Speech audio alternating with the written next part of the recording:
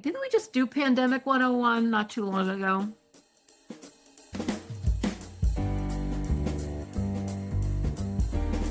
Anxieties are rising. Actually, I'm having a bad day. So it was hard to sing that little song because my anxieties are pretty high. But there's our two, and that's what's always reassuring. As bad as things are in our minds, they're also very worried. One of the things they're worried about is water. Now, this is a little ironic considering the absolute horrific, horrifying news out of Texas about the floods, which is a matter of course, way too much water. Uh, but I'm not going to talk about that. I'm going to talk about lack of water because that is an issue for the industry. It's a huge, huge issue for the industry. And I don't think they know what they're going to do about it. All right, this is from the center of my plate column by Lisa Keefe on meetingplace.com. Water, water, nowhere. That's the title of her piece. It starts off with a quote from this guy, Rick Kellison. When you look at the projections of surface and groundwater he's talking about Texas, and projected demand for that water, those two lines intersect pretty quickly. Animal agriculture uses unbelievable amounts of water. And a lot of the water we get is from underground reservoirs. They're not going to last forever. Like, we're going to run out of water. It says here, in livestock-heavy regions of the northern Great Plains are seeing dry to severe drought conditions, and closer to the border with Mexico, the southern plains range between extreme and exceptional drought. And the most vital aquifers in the country are seeing the water line drop at a rate of 2 to 7 feet annually. Among the states that she's talking about are California, which actually has had some improvement, though not nearly enough. Texas, the Lobo Flat Aquifer is losing 23 inches of water a year. 82% of the state's aquifers overall are in decline. I don't want to talk through my hat. And I actually don't think necessarily it's true that the current unbelievable flooding has anything to do with drought. But the fact is that drought and flooding go together because when the land dries out, it's much more prone to flooding when there is rain. Of course, seems to have been primarily caused by unbelievable amounts of rain, which I don't think even land that was in good shape could have withstood. Another state is Idaho, Oklahoma. 82% of the aquifers are declining. More than half of the state's water comes from underground. I mean, they're going to run out of water. Kansas also, 71% of water comes from groundwater. And 65% of its aquifers, it says deepening. I assume that doesn't mean they're getting more water in them. I'm sure it means they're getting less. All right.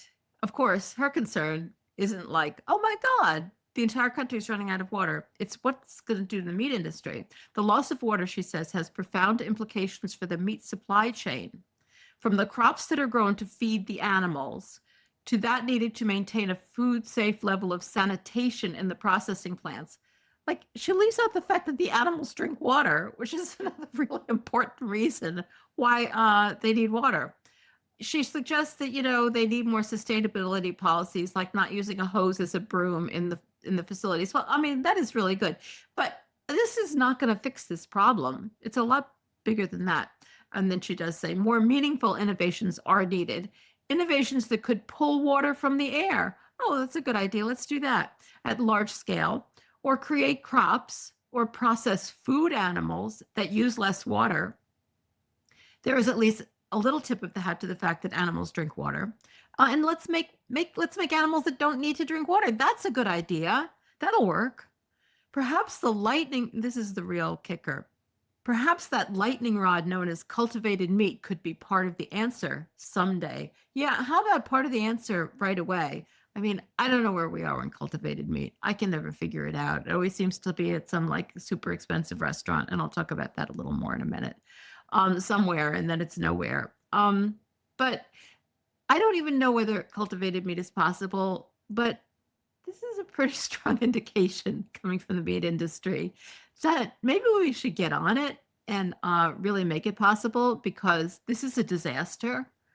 Once she's recommended cultivated meat. Save the hate mail. Most of the way we live our lives every day is based on technology unimaginable 50 years ago. So we even see these people in the meat industry acknowledging that this might be we don't even know whether this will work, but it might be the only thing that could possibly save us. Unbelievable. All right, this next article, which is also from meetingplace.com, in the Meet Your Markets column by Matt Graves. Sustainable salmon sushi. Would you eat it? Yeah, Mac, I think I would. I would at least try it. Just to find out, Anyway, he's talking about the fact that it's now available in this restaurant in Portland, but it's really hard to get into that restaurant. And it's served with a rice cracker and a bold claim: be the first in the world to taste the future of sustainable seafood. And we reported on this seafood before. It's now available in a very expensive restaurant in Portland, Oregon. As I said, like, could we get on this? If we're going to do this, could we do it? If it's the only thing that can save us, could we do it? He's always been, kind of pretty. I'm not sure I would say pro. I think he probably is pro, but he has an audience here. All right, so he feels that the marketing on this stuff is a hyperbolic stretch and talking about how it's going to save everything. But, quote, it seems to frame the argument as to why consumers should switch from traditional to alternative proteins. Should we take this announcement by an upscale Portland restaurant as an additional shot across our bow, threatening our long-term existence? Yes, absolutely yes. Interesting, right? We can extol the why of beef's traditional 26-month time from conception to consumption versus intensive and, in comparison, enormous cost difference of the 6-week time frame for lab-grown beef, but it is also something we must fear. So, he's pretty much acknowledging that this would be a lot better if we could get it. But my answer is also no. Basically because it's a long way off. Well, if, more money was put into it, it probably wouldn't be a long way off. However, even with his no, I couch my no answer with the prediction that the costs of alternative meat and poultry products compared to the traditional practices is simply too wide a difference to ignore, not to mention the climate argument. Yeah, not to mention it. The time frame for us having to face effective alternative protein marketing is much shorter than any of us will admit. Are you ready? I'm ready. I am. I'm not even sure I consider it a fix. I just feel like it's a step in the right direction. I mean, will people actually consider to continue to eat meat? If we could ever get them to actually go vegan and not eat cultivated meat? I don't know. I understand nothing about why people eat dead animals. Which is sad since I've been talking about this since the 90s. All right. I haven't figured it out yet. Any day now, any day.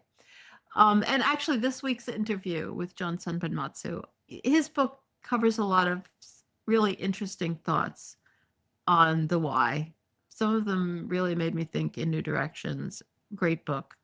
We haven't recorded that interview yet, but I'm sure it's going to be a great interview. All right. This is from Watt Agnet. I don't know why I'm mentioning this article because it has absolutely no information and it's by Roy Graber. It's just the irony of the way they frame who they are. Ags David must know in which arena he's fighting Goliath. And he's really reporting on some business seminar, fighting for the future of agriculture, everyone's role in shaping the narrative. Are they really talking about agriculture here? Or are they talking about animal agriculture? I think probably the latter, because this seminar was at the recent World Pork Expo in Des Moines, Iowa. Aren't you sad you missed it? All right. Starts out by saying, when people seek to tell the story about animal agriculture, amid the messages shared by adversaries, those in the industry might feel like they are the biblical figure David up against his formidable foe, Goliath. Do you believe this? They think they are the David, and who is it who's the Goliath? It's probably me. I'm the one they're really scared of. I don't know, the climate people, the animal rights people, like who are they up against? People who don't like bacon? So this panelist at this crazy thing is the executive director of the Oklahoma Pork Council. And she pointed out how the agri-food industry is clearly the underdog. So accurate and detailed messaging is needed from as many in the industry as possible. Okay. I just had to share it with you. We know the opposition is great, she said. It's well funded. It's a machine today. Like these people, you know, I think they probably believe it. I think they probably do. All right, I'm not going to say a lot about disease this week. You'll be happy to hear, but I have a couple of reports. Something new coming out of Turkey. They have a new outbreak of foot and mouth disease. It's actually a new strain. And in response, they have temporarily closed all animal sales locations across the country. Foot and mouth disease has in the past caused unbelievable devastation. I remember the days, I don't know, maybe in the aughts when they killed like just all of the animals in the UK. It got a lot of press. I mean, not that they weren't going to kill them anyway, but it was particularly like ugly. And of course, all the farmers were terribly, terribly upset because they actually had to do it themselves. This article points out that the highly contagious viral disease primarily affects cloven-hooved animals like cattle, sheep, goats, and pigs. Although not typically fatal, it leads to significant economic losses due to reduced milk production, weight loss, and restricted trade.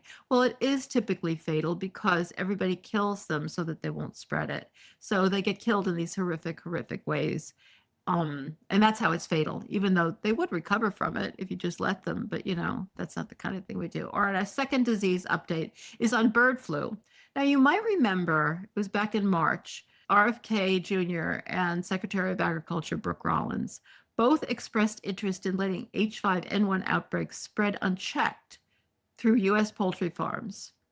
I don't know whether they're still on that. I wouldn't be surprised because RFK I think is crazy as a loon, and Brooke Rollins, I don't know that she's crazy, but she's certainly evil. So now an article has been published, a little slow out of the gate, but a perspective piece authored by a group of virologists, veterinarians, and health security experts. God forbid we should turn to them for information, argue that the plan would not only be ineffective, but could also increase the risk of the virus spilling over into humans and sparking a new pandemic. And that was in the journal Science. And yeah, I mean, no shit. Even we know that. Like obviously, the more exposure there is to the disease, the more opportunities the disease has to mutate. Didn't we, like keep saying, didn't we just do Pandemic 101 not too long ago? But I guess I don't know whether they're still thinking that that's a good idea. Bird flu seems to have dropped out of the consciousness a little bit. I guess it's slowed down. It's either slowed down or we're not paying attention.